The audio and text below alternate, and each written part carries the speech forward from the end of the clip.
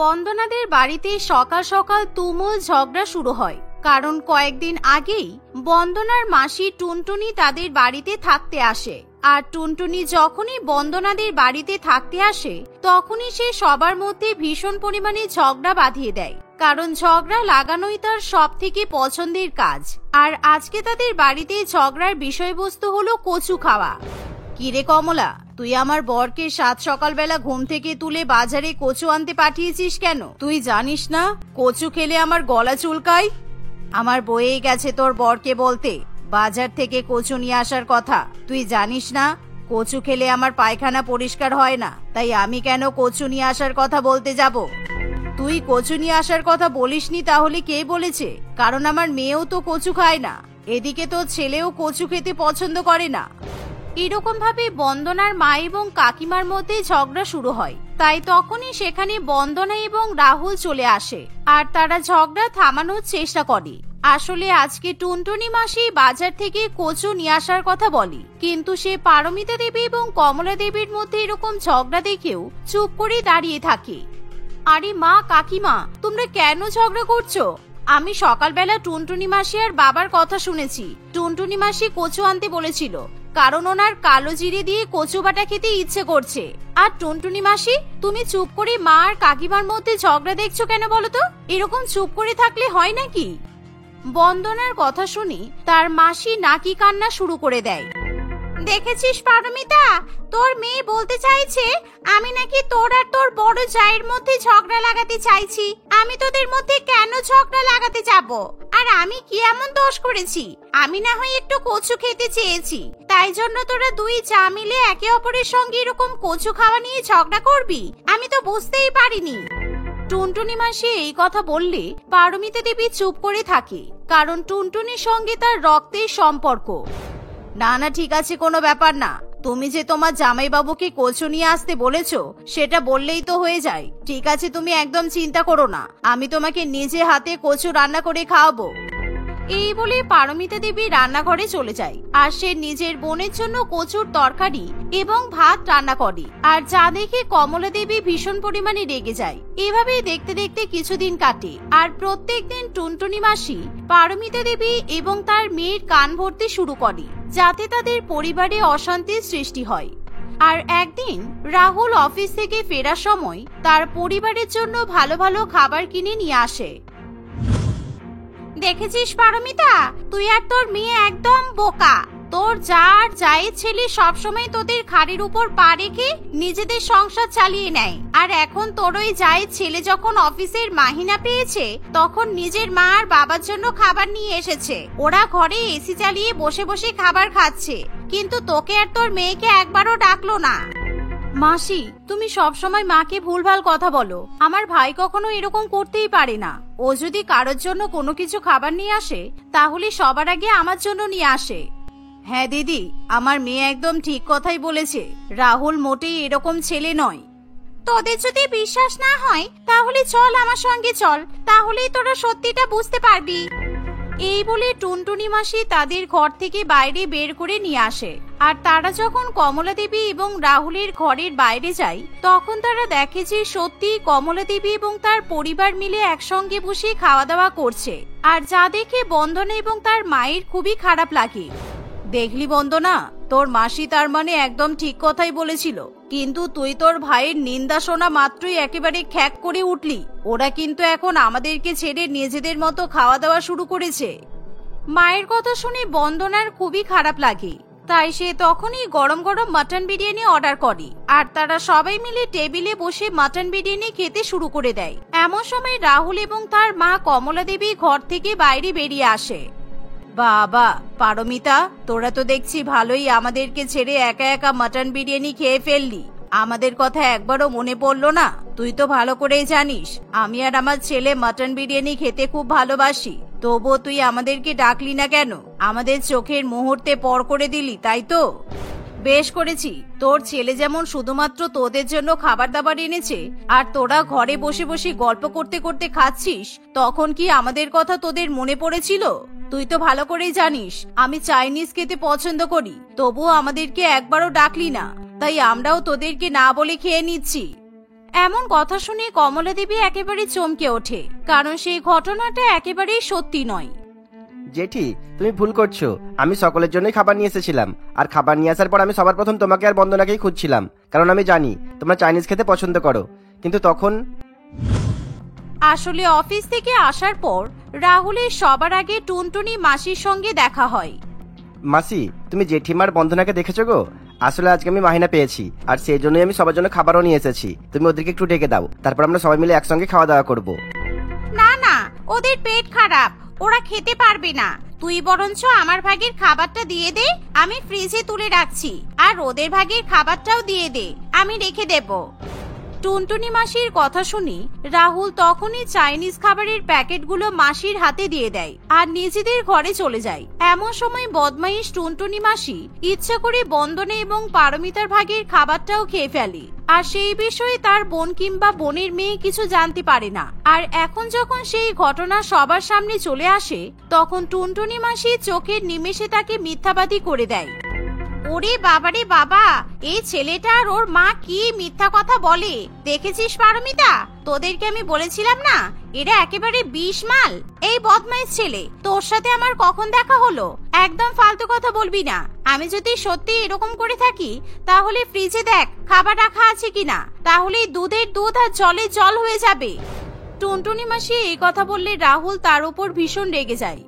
আর তখনই পারমিতা দেবী এবং বন্দনা ফ্রিজ খুলে দেখে যে সত্যিই সেখানে কোনো খাবার নেই, আর তারা তখনও টুনটুনি মাসিকেই বিশ্বাস করে। থাক ভাই, তোকে আর এসব কথা বলতে হবে না। স্বাভাবিক, তুই কেন আমাদের জন্য খাবার আনতে যাবি? আমি তো আর তোর নিজের বোন নই, তাই এখন তোর সঙ্গে আমি কোনো কথা বলতে চাই না। চলো মাসি। এই বলে বন্দনা তার মা এবং মাসিকে নিয়ে ঘরে চলে যায়। আর এভাবেই তাদের সংসারে কোনো কারণ ছাড়াই প্রত্যেকদিন অশান্তি লেগেই থাকে। আর সেই অশান্তির পেছনে একটাই কারণ, সেটা হলো টুনটুনি মাসির লাগানি ভাগানি স্বভাব। এভাবেই দেখতে দেখতে কিছুদিন কাটে। আর একদিন বন্দনার এক বড়লোক পরিবারে বিয়ে ঠিক হয়, তাই বাড়ির প্রত্যেকে ভীষণ পরিমাণে খুশি থাকে। দিদি, আমি আমার মেয়ের বিয়ে নিয়ে খুব চিন্তিত। তুমি তো জানোই তোমার জামাইবাবুর যা রোজগার, তা দিয়ে এত বড় একটা বিয়ে সামাল দেওয়া মোটেই সম্ভব নয়। কত টাকাই বা ও মাহিনা পায়, তাই বিয়ের এত খরচ আমি কোথা থেকে টানবো কিছুই বুঝতে পারছি না। পারমিতা দেবী এই কথা বলা মাত্রই টুনটুনি মাসি কুচিবুড়ি মন্থরার মতো তার বোনের কান ভাঙাতে শুরু করে দেয়। কেন এত চিন্তা করছিস কেন? তোদের এই ওল্ড টাউনে একটা ফ্ল্যাট আছে না, ওটাতে তোর বরেরও তো ভাগ আছে। তাই তুই ওই ফ্ল্যাটটা বিক্রি করার ব্যবস্থা কর। তারপর যেই টাকা পাবি, সেই টাকা দিয়ে হেসে খেলে বন্দনার বিয়ে হয়ে যাবে। তুমি কি যে বলো না, ওই ফ্ল্যাটের মধ্যে আমার ছোট যা ওনার ছেলেরও তো ভাগ আছে, তাই ওনাদের অনুমতি ছাড়া আমি কিছুই বিক্রি করতে পারবো না। আরে ওই ব্যাপারে তুই একদম চিন্তা করিস না। আমার একজন জানাশোনা উকিল আছে, সে যাই হোক না কেন, সে কিন্তু হয়কে 9 আর 9কে 6 করতে পারি। তাই তোর ওই ফ্ল্যাট বিক্রি করানোর ব্যবস্থা আমি করে দেব। টুনটুনি মাসি এভাবেই পারমিতা দেবীর মাথায় বদবুদ্ধি ঢোকানোর চেষ্টা করে, কিন্তু সেই বিষয়ে বন্দনা কিছুই জানতে পারে না। আর সেদিন টুনটুনি মাসি পারমিতা দেবী এবং তার স্বামীর সঙ্গে এমন এক উকিলের পরিচয় করিয়ে দেয়, যেই উকিল কিনা সেই ফ্ল্যাটের বিক্রি একেবারে পাকাপাকি করে ফেলে। আর তারা যখন সেই ফ্ল্যাট বিক্রি করতে যাবে, তখন সেই ফ্ল্যাটের প্রতিবেশী কমলা দেবীকে ফোন করে সব ঘটনা জানিয়ে দেয়, যার ফলে কমলা দেবী এবং রাহুল দুজনেই ভীষণ পরিমাণে রেগে যায়। আর তারা পারমিতা দেবীকে ফোন করে খুব বাজেভাবে অপমান করতে শুরু করে। এমন সময় পারমিতা ভয়ের চোটে বাড়িতে ফিরে আসে। তোদের এত বড় সাহস যে তোরা আমাকে না জানিয়ে ওই ওল্ড টাউনের ফ্ল্যাট বিক্রি করে দিচ্ছিলিস? তোদের এত লোভ? না আসলে আসলে আবার কি, আমি জানি কিছুদিন পর বন্দনার বিয়ে, আর তোদের যদি টাকার দরকার হতো তাহলে তোরা আমাকেই বলতে পারতিস, কিংবা আমার বরকে বলতে পারতিস। রাহুলও তো এখন রোজগার করে, তোরা আমাদেরকে না বলে এরকম মিথ্যাভাবে ফ্ল্যাট বিক্রি করে দিচ্ছিলিস। এরকম ভাবে কমলা দেবী যখন পারমিতা দেবীর সঙ্গে ঝগড়া করতে শুরু করে, তখন টুনটুনি মাসি গুটি গুটি পায়ে সেখান থেকে পালিয়ে যায়, কারণ এবার তাকে নিয়ে কথা উঠলে সে বিপদে পড়তে পারে। কিন্তু পারমিতা দেবী নিজের দিদির সম্মান রক্ষা করার খাতিরে টুনটুনি মাসির নামে কোনো কথা বলে না। দেখতে দেখতে এভাবে কিছুদিন কাটে। আর একদিন কমলা দেবী যখন বন্দনার জন্য একটা দামি সোনার হার কিনে নিয়ে আসে, তখন দেখেছিস পারমিতা, তোর যা কেমন বদমাইশ, একটা রূপোর হাড়ির উপর সোনার জল করিয়ে তোর মেয়েকে উপহার দিচ্ছে। ছি, এরকম হার নেওয়ার থেকে না নেওয়া অনেক ভালো, সব নকল উপহার। টুনটুনি মাসি এই কথা বললে পারমিতা দেবী ভীষণই রেগে যায় আর সে কমলা দেবীর সঙ্গে ঝগড়া করতে শুরু করে। আমি মানছি যে আমি সেদিনকে মিথ্যাভাবে ফ্ল্যাট বিক্রি করতে চেয়েছিলাম, আমি ভুল করেছি, কিন্তু তাই বলে তুই আমার মেয়ের বিয়ের সময় এরকম নকল উপহার দিবি? এটা মোটেই সোনার হার নয়, আমি এই হার নিতে পারবো না, আর আমার মেয়েকে তো আমি এটা পরতেই দেব না। তোর মাথায় কি গরুর বুদ্ধি নাকি ভেড়ার বুদ্ধি রে? ভালো করে এই হারের দিকে তাকিয়ে দেখ। যখন আমার বিয়ে হয়েছিল তখন আমার শ্বশুর মশাই আর শাশুড়ি মা তোর সামনে আমাকে এই হারটা উপহার দিয়েছিল। আমার মেয়ে নেই, তাই আমি ঠিক করেছি এই হার আমি তোর মেয়েকে দেব। এই কথা শুনে পারমিতা দেবী সেই নেকলেসটা ভালো করে দেখার পর ভীষণ পরিমাণে লজ্জিত হয়ে পড়ে, কারণ সেই নেকলেসটা 3 লক্ষ টাকা দামের আসল সোনার নেকলেস। কিন্তু এবার পারমিতা দেবী টুনটুনি মাসির উপর ভীষণ পরিমাণে রেগে যেতে শুরু করে। আমাকে আমার দিদি বলল এই হারটা নাকি নকল, তাই আমি না দেখেই তোর সঙ্গে ঝগড়া করতে শুরু করে দিয়েছিলাম। হ্যাঁ, তোর দিদি যদি মনে করে এই হারটা নকল, তাহলে তোর দিদিকে একটা আসল সোনার হার উপহার করতে বল, কারণ তোর দিদি অনেক মাস হলো এই বাড়িতে এসে পড়ে আছে, আর আমি প্রত্যেকদিন দেখছি ওই টুনটুনি আমাদের সংসারে ঝগড়া লাগানোর চেষ্টা করছে। কিন্তু আজকে আমি না বলে থাকতে পারছি না, তুই তোর দিদিকে এবার এই বাড়ি থেকে বিদায় কর। তোর দিদি আসার আগে আমাদের সংসারে কিন্তু সবকিছু ঠিক ছিল, কিন্তু দেখ এখন সব কেমন যেন ভেঙে গেছে। কাকিমা একদম ঠিক কথাই বলেছে, টুনটুনি মাসি প্রত্যেকদিন আমাদের কান ভাঙানোর চেষ্টা করে, আর আমি ভালো করেই জানি ওই ফ্ল্যাট মিথ্যাভাবে বিক্রি করার বুদ্ধি তোমাকে টুনটুনি মাসিই দিয়েছিল। আর টুনটুনি মাসি, তোমার যদি এতই আমার আর আমার পরিবারের প্রতি দরদ হয়, তাহলে তুমি আমার বিয়েতে সব খরচার দায়িত্ব কেন নিতে চাইছো না? আমি শুনেছি মেসোমশাই 1 মাস আগে রিটায়ার হয়েছে, আর তারপর উনি 1 কোটি টাকা পেয়েছে, সুতরাং আমার বিয়ের দায়িত্ব তুমি নিয়ে নাও। টুনটুনি মাসি এমন কথা শুনে ভীষণই ভয় পেয়ে যায়, তাই সে কিছুতেই সেখানে আর থাকতে চায় না। এত অপমান সহ্য করার পর আমি আর কিছুতেই এখানে থাকবো না। বন্দনা, তোর মাসি তোর বিয়েতেও থাকবে না। আমার যদি এতই দোষ, তাহলে আমার এই বাড়ি থেকে চলে যাওয়াই ভালো। কিন্তু এমন সময় কমলা দেবী তাকে আটকানোর চেষ্টা করে, কিন্তু পারমিতা দেবী এবং বন্দনা মাসিকে বিদায় দেওয়ার জন্য দরজা খুলে দেয়। ফলে টুনটুনি মাসি আর লজ্জায় সেখানে দাঁড়িয়ে থাকতে পারে না, সে ব্যাগ গুছিয়ে সেখান থেকে মানে কেটে পড়ে। মিনা এবং তার 10 বছরের ছেলে শোভন বিলাসপুর নামক একটি ছোট্ট শহরে থাকত। শহরটা ছোট্ট হলেও বিলাসপুর বিখ্যাত ছিল সেখানকার সবথেকে স্পেশাল খাবার পুরভরা পরোটার জন্য। সেখানে সব রকমের পরোটা পাওয়া যেত, আলুর পরোটা, কুমড়োর পরোটা, মেথির পরোটা, পনির পরোটা, এমনকি মাছ মাংসের পরোটাও সেখানে পাওয়া যেত। এরকম একটা শহরে থেকে মিনারও মনে হয় তারও কোনো একটা পরোটা বিক্রি করা উচিত। এখানে তো সব রকমের পরোটাই পাওয়া যায়, এমন কি বিক্রি করতে পারি যেটা ভালো চলবে? টাকা রোজগার করার জন্য যখন এই ব্যবসাতে নামছি তখন আটঘাট বেঁধেই নামবো, কিন্তু কিসের পরোটা বানালে আমি এদের সবাইকে টেক্কা দিতে পারবো সেটাই তো বুঝতে পারছি না। মা, তুমি তো মটর দিয়েও পরোটা বানাতে পারো, অনেক টেস্টি হবে খেতে, আমি জানি। আমার তো ভেবেই লোভ হচ্ছে, তুমি যখন মটর পরোটার দোকান খুলবে আমি রোজ একটা করে খাবো। দূর পাগল, মটর দিয়ে কেউ পরোটা বানায়? মটরের তরকারি বানিয়ে পরোটা দিয়ে খেতে হয়। তুই কি কোথাও শুনেছিস কেউ মটর দিয়ে পরোটা বানিয়ে খায়? কেউ বানাই না তো কি হয়েছে, তুমি বানাও। কড়াইশুঁটি দিয়ে যদি কচুরি বানানো যায়, তাহলে মটর দিয়ে পরোটা বানানো কেন যাবে না? আমি তো কোনোদিনও মটর পরোটা খাইনি, প্লিজ মা একটা বানাও না, দেখবি অনেক লোক আসবে। যতই ওকে বাচ্চা বলে ওকে চুপ করানোর চেষ্টা করি, তাতেও একটা জিনিস কিন্তু আমাকে মানতেই হবে, আমার ছেলেটার আইডিয়াটা কিন্তু খারাপ নয়। যত নতুন জিনিস বানাবো তত বেশি লোকজন ভিড় করবে। মিনা আর দেরি না করে তার ছেলের পছন্দ মতো মটর পরোটার দোকান শুরু করে দেয়। হঠাৎই এমন একটা নতুন জিনিস বিক্রি হতে শুরু হলে মিনার দোকানেও বেশ ভালো লোক আসতে শুরু করে, এতে মিনার রোজগারও বেশ ভালো হয়। এই নতুন ব্যবসা শুরু করে মিনা এবং শোভন দুজনেই খুব খুশি থাকে। দেখতে দেখতে আরো বেশ কয়েকদিন কাটে। একদিন মিনা তার ঠেলা গাড়িতে করে মটর পরোটা বিক্রি করছে, এমন সময় মিনা চেনা একজন সেখানে চলে আসে।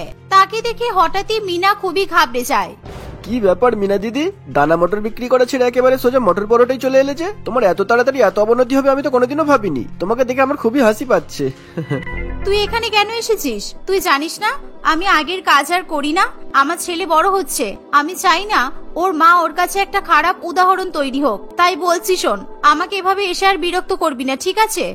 আমি কি তোমাকে দিয়ে কোনো কাজ করবো বলে এসেছিলাম নাকি? সবাই তোমার দোকানের মটর পটর প্রশংসা করছিল, তাই ভাবলাম গিয়ে একটু ঘুরে আসি। এখানে আসার আগে অব্দি জানতাম না এই দোকানটা তোমার। এখন তো জেনে গেলি, ভবিষ্যতে আবার যখন এখানে আসবি আমি আশা করব পরোটা খেতে এসেছিস, অন্য কোনো কাজের জন্য আমাকে আর পাবি না, এই আমি বলে দিলাম। মিনার কথা শুনে সুমন আর কোনো উত্তর দেয় না। মিনার কাছ থেকে পরোটা নিয়ে সুমন ফিরে যায়। এভাবে আরো কয়েকদিন কাটে। মিনার ব্যবসা ভালোই চলতে থাকে। মিনা শোভনকেও ভালো স্কুলে ভর্তি করে। তবে আজকাল সুমন প্রায় মিনার দোকানে আসা শুরু করেছিল। মিনা বুঝতে পারে সুমন তাকে কিছু বলতে চায়, কিন্তু মিনা তার কোনো কথাই পাত্তা দেয় না। সুমন ফিরে গিয়ে মিনার এই কথা তাদের দলের মাথা রিতাকে জানায়। এতদিন এই কাজ করেছে, এখন সেটা করতে ওর অসুবিধা হচ্ছে। কি ভাবেটা কি ও নিজেকে? এতদিন ভালো মা হওয়ার চিন্তা কোথায় ছিল? আজকে হঠাৎ মাতৃত্ববোধ উতলে উঠেছে। তুই ওকে বলিসনি যে ওকে আমাদের দরকার? আমি তোর সাথে কথাই বলতে পারি না। আমাকে দেখলেই এমন করে যেন আমি দুটো কিডনি চুরি করে নেব। কথা বলতে গেলেই এমন ভাবে উপেক্ষা করে আমাকে যেন আমাকে চেনেই না। আমি বুঝে গেছি, তোদেরকে দিয়ে কোনো কাজ হবে না, আমাকেই যেতে হবে। মিনাকে এখন আমাদের দলের খুবই প্রয়োজন। ও মটর পরোটা বিক্রি করছে, করুক না। তার সাথে না হয় আমাদের হয়েও 2-4টে দানা বিক্রি করে দেবে। এই কাজে তো ও সিদ্ধহস্ত। দেখো তুমি গিয়ে কোনো সুরাহা করতে পারো কিনা। আমি অপমানিত হলে ঠিক আছে, কিন্তু তোমাকে যদি কেউ অপমান করে সেটা কিন্তু আমি মুখ বুজে সহ্য করতে পারবো না। এই আমি তোমাকে আগেই বলে দিলাম। এভাবেই সুমন এবং রিতা নানান রকমের কথা বলতে থাকে। দেখতে দেখতে আরো 2-1 দিন কাটে। সুমন প্রত্যেকদিন আড়াল থেকে মিনার দোকানের পাশে দাঁড়িয়ে লক্ষ্য করে তার দোকান কখন খালি থাকে। সেই সময়ের খবর সে তাদের দলের মাথা রিতাকে গিয়ে জানায়। একদিন সঠিক সময় দেখে রিতা এবং সুমন মিনার পরোটার দোকানে আসে। তাকে দেখে মিনা ভয়ে পালিয়ে যেতে চাইলে তারা মিনাকে সেখান থেকে যেতে দেয় না। আমি তো প্রথম দিনই সুমনকে বলে দিয়েছিলাম যে আমি এই কাজ আর করতে চাই না। তারপরেও তোমরা সবাই কেন আসছো বারবার? আমি আর এসব গুলি বোম বিক্রি করতে পারবো না। তোমরা অন্য কাউকে খুঁজে নাও। আমি পরোটা বিক্রি করেই খুশি আছি। অযথা আমাকে বিরক্ত করতে আসবে না তোমরা। দেখো মিনা, পুলিশ আমাদের ডেরার ঠিকানা পেয়ে গেছে। কোনোভাবে ওখান থেকে যদি একটা পাতাও আমি বিক্রি করার চেষ্টা করি তাহলে আমাদের সবাইকে জেলে যেতে হবে। তাই আমরা তোমার কাছে সাহায্য চাইতে এসেছি। ব্যবসাপাতি বন্ধ করে বসে থাকলে তো হাতে হ্যারিকেন হয়ে যাবে। তুমি তো নিজেই বলছো রিতা দিদি যে তোমাদের ডেরা পুলিশের নজরে এসে গেছে। তারপরেও তোমরা কিভাবে ওসব জিনিস বিক্রি করার কথা ভাবছো? আমি তোমাদের ডেরাতে গেলে পুলিশ তো আমাকেও ধরে ফেলবে। আমাকে পুলিশ ধরে নিয়ে গেলে আমার ছেলেটার কি হবে বলো? আরে বাবা, তোমাকে আমাদের ডেরায় গিয়ে বিক্রি করতে কে বলছে? আমরা তোমাকে আলাদা আলাদা করে জিনিসপত্র এনে দিয়ে যাব। তুমি তোমার পরোটার দোকান থেকেই বিক্রি করবে। কখনো না। আমি আমার ছেলের জন্য সৎ পথে রোজগার করব বলে এই মটর পরোটার দোকানটা খুলেছি। এই দোকানটার আইডিয়াটাও আমার ছেলেরই। ওর দোকানে আমি কোনো রকমের অনৈতিক কাজ হতে দেব না। এত বড় বড় তো কথা বলছো, আর ছেলে ছেলে করে রিতাকে অপমান করছো। তোমার ছেলেই যদি না থাকে তাহলে কার জন্য সৎ পথে রোজগার করবে শুনি? তোমরা আমাকে ভয় দেখিও না। আমি তোমাদের মতো লোকেদেরকে আর ভয় পাবো না। একবার যখন ওই জগৎ থেকে বেরিয়ে এসেছি তখন আমি আর ওখানে ফিরে যাব না। তোমরা দয়া করে এবার এসো। আমার দোকানে এক্ষুনি আবার কাস্টমাররা আসা শুরু হবে। এই বলে মিনা সেখান থেকে চলে যেতে যাবে তখনই রিতা এমন একটা কথা বলে যা শুনে মিনার হাত পা ঠান্ডা হয়ে যায়। বিলাসপুর শিশু একাডেমিতে ক্লাস 4-এ পড়ে তো তোমার ছেলে? কি সুন্দর সাদা জামা নীল প্যান্ট পরে তো রোজ স্কুলে যায়। স্কুলটা তো বাড়ির কাছেই, ওই জন্যই বোধহয় এই বাচ্চাটাকে একা একা স্কুলে পাঠাও। ওইটুকু বাচ্চা একা একা স্কুলে যায়, খুব চিন্তার বিষয়। কিন্তু তোমরা আমার ছেলের সাথে কি করেছো? ও কোথায় আছে? কি করেছো তোমরা ওর সাথে? তোমরা আর কত নিচে নামবে বলো তো? হে উপরওয়ালা, তুমি আমার শোভনকে রক্ষা করো। এখন আমরা তোমার ছেলের সাথে কিছু করিনি, তবে শুধু এইটুকু জানিয়ে রাখলাম যে আমরা জানিও সকাল 10টার সময় স্কুলের জন্য বেরোই আর দুপুর 3টার সময় একা একা বাড়ি ফেরে। যে রাস্তা দিয়ে ফেরে সেটা সবসময় ফাঁকাই থাকে। মিনা তাদের ইঙ্গিত বুঝতে পারে। মিনা বুঝতে পারে সে যদি রিতা সুমনদের কথা মতো কাজ না করে তাহলে তার মটর পরোটার দোকান তো যাবেই, সাথে সাথে তার ছেলেটারও ক্ষতি হয়ে যেতে পারে। মিনা আর কোন রকমের ঝামেলায় না জড়িয়ে রিতা এবং সুমনদের কথায় রাজি হয়ে যায়। তারপর থেকে প্রত্যেকদিন রাত্রিবেলা সুমন এসে মিনার কাছে সমস্ত রকম অনৈতিক জিনিসপত্র দিয়ে যায়। মিনা সেগুলো নিয়ে তার ঠেলা গাড়িতে রাখে। সকাল হলেই পরোটার প্যাকেটের মতো শালপাতা এবং ঠোঙায় মুড়িয়ে মিনা সেই সমস্ত জিনিসপত্র রিতা এবং সুমনদের পাঠানো লোকদের কাছে বিক্রি করতে থাকে। এভাবে আরো বেশ কয়েকদিন কাটে। শোভন একদিন তার মাকে অনেকগুলো টাকা গুনতে দেখে ফেলে। এই এতগুলো টাকা কার? আমাদের? দেখলে, আমি তোমায় বলেছিলাম না মটর পরোটা বিক্রি করলে অনেক লোক তোমার কাছে পরোটা কিনতে আসবে। এবার তাহলে তুমি আমাকে কি গিফট দেবে বলো? তুই কি চাস বল? তুই যেটা চাইবি আমি তোকে সেটাই কিনে দেব। তুই বড় হয়ে যেটা হতে চাইবি আমি তোকে সেটাই তৈরি করব। তুই শুধু একবার বল। আমাকে একটা বন্দুক কিনে দেবে মা? ওই যে আসল বন্দুকগুলো, যেটা দিয়ে সিনেমাতে দুষ্ট লোকগুলোকে সিনেমার হিরোরা মেরে ফেলে, ওই রকম একটা বন্দুক কিনে দেবে আমাকে। এসব কি সবাই ব্যবহার করে? একমাত্র পুলিশরা এসব জিনিস ব্যবহার করে যাতে সমাজের সমস্ত গুন্ডা বদমাইশদের তারা শায়েস্তা করতে পারে। তুই তো এখন অনেক ছোট। তুই যখন বড় হয়ে পুলিশ হবি তখন সরকার থেকে তোকে বন্দুক দেবে, তখন না হয় সেই বন্দুক দিয়ে দুষ্ট লোকেদের মারবি, কেমন? না না, বড় হতে তো এখন অনেক দেরি আছে। আমার এখনই চাই, শুধু বন্দুক কিনে দিলেই হবে। গুলি তো আমাদের ঘরেই আছে, অনেক গুলি আছে। অতগুলো গুলি দিয়ে আমি সারা পৃথিবীর সব গুন্ডাদের মেরে ফেলতে পারবো। শোভনের কথা শুনে মিনা ভয় পেয়ে যায়। কোথায় দেখেছিস আমার ঘরে গুলি আছে? ওগুলো গুলি নয় রে বোকা, ওগুলো মটর। তোর মা মটর পরোটা বানাই, ঘরে তো মটর থাকবেই। এসব নিয়ে তুই আর কাউকে কিছু বলেছিস? না, আমি কাউকে বলিনি। তবে ওগুলো মটর না আমি জানি। ওই যে কাকুটা তোমাকে ওই গুলিগুলো দিতে আসে, ওই কাকুটা বলেছে আমি বড় হলে আমাকেও কাকুটার সাথে কাজ করাবে। তাই ওই কাকুটা চাই আমি যেন ছোট থেকেই সমস্ত কিছু শিখে নিই। আমার পুলিশের বন্দুক চাই না। ওই কাকুটা বলেছে আমাকে অনেক বড় বড় বন্দুক দেবে। শোভনের মুখে এই কথা শুনে মিনা প্রচন্ড রেগে যায়। সেই শোভনকে তো বকেই, সুমনকেও ফোন করে এবং যাকে যা তা বলে অপমান করে। আমি তোমাদেরকে বলেছিলাম না আমার ছেলেকে এসবের মধ্যে তোমরা ঢোকাবে না? তারপরেও তোমাদের এত সাহস কি করে হয় যে ওইটুকু একটা বাচ্চাকে তোমরা বন্দুক গুলি এসবের ব্যাপারে বলেছো? আমি আর তোমাদের হয়ে কাজ করতে পারবো না। তোমরা আমাকে জোর করলে আমি পুলিশে জানিয়ে দেব। আরে কয়েকটা দিন একটু আমাদের হয়ে কাজ করে দাও। আমরা খবর পেয়েছি ওই পুরানো পুলিশ ইন্সপেক্টরটা অন্য শহরে ট্রান্সফার হয়ে যাবে। ও চলে গেলেই আমাদের কোনো সমস্যা থাকবে না। আর কোন রকম কথা না বাড়িয়েই মিনা ফোনটা রেখে দেয়। এরই মধ্যে মিনার বাড়িতে তার এক বান্ধবী আসে। মিনা খুব ভালো মতোই জানতো তার উপর রীতা এবং তার গুন্ডারা নজর রেখেছে। তাই মিনা শোভনকে মেয়েদের মতো জামা কাপড় পরিয়ে তার বান্ধবীর সঙ্গে পাঠিয়ে দেয়। বেশ কয়েকদিন ধরে মিনা ছেলেকে আশেপাশে দেখতে না পাওয়ায় শোভনকে নিয়ে আর কোন রকম ধমকিও তারা মিনাকে দিতে পারে না। মিনা এখন শান্তিতে মটর পরোটার দোকান সামলায়। এভাবে কিছুদিন কাটে। হঠাৎই একদিন মিনা নিজে থেকে রীতাকে ফোন করে। হ্যালো, আমি মিনা বলছি। আমার এই মটন পরোটার দোকান সামনে আর ঠিকভাবে রোজগার হচ্ছে না। আর এখন তো আমার ছেলেও আমার সাথে থাকে না। তাই আমার আর আপনাদের সাথে কাজ করতে কোনো আপত্তি নেই। কেন তোমার ছেলে তোমার সাথে থাকে না কেন? কোথায় থাকে ও? ওইটুকু বাচ্চা মাকে ছেড়ে থাকতে পারছে? ওকে আমার এক পরিচিত দত্তক নিয়েছে। আমি যে অতীতে এই সমস্ত কাজ করতাম সেটা আমার ওই বান্ধবীটা জানে। ও অনেক আগেই সন্দেহ করেছিল যে আমার এই অতীত জীবন একদিন ঠিক আমার কাছে ফিরে আসবে। আর এই কারণেই ও আমার ছেলেকে নিজে থেকেই দত্তক নিতে চায়, যাতে এসব অনৈতিক কাজকর্মের ছোঁয়া আমার ছেলের ওপর না লাগে। তাই ভাবছি তোমার ছেলেকে আর স্কুলে যেতে আসতে দেখতে পাচ্ছি না কেন। তা না হলে এই ফোনটা তো তুমি অনেক আগেই করে ফেলতে। আর তোমার ছেলে তোমার বন্ধুর কাছে নয়, আমাদের কাছেই থাকতো। এখন যখন এসেই গেছো তখন কাল থেকেই আবার কাজ শুরু করে দাও। তোমার ওই পরোটার দোকান থেকেই করো, বুঝলে? হ্যাঁ, তুমি চিন্তা করো না। তুমি সুমনকে দিয়ে আজকে রাত্রিবেলা আমার বাড়িতে জিনিসগুলো পাঠিয়ে দিও। আমি কাল থেকে আবার পরোটার দোকানেই ব্যবসা শুরু করব।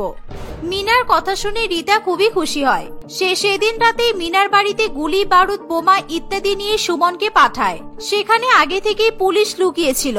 সুমন যেতেই তারা সুমনকে হাতে নাতে ধরে এবং তার কাছ থেকে সবার খবর নিয়ে তাদের দলের মাথা রীতা সহ বাকি সবাইকে গ্রেপ্তার করে। পুলিশ সবাইকে ধরলেও মিনাকে ধরে না দেখে সবাই খুবই অবাক হয়। আমি পুলিশের রাজসাক্ষী হয়ে কাজ করেছি।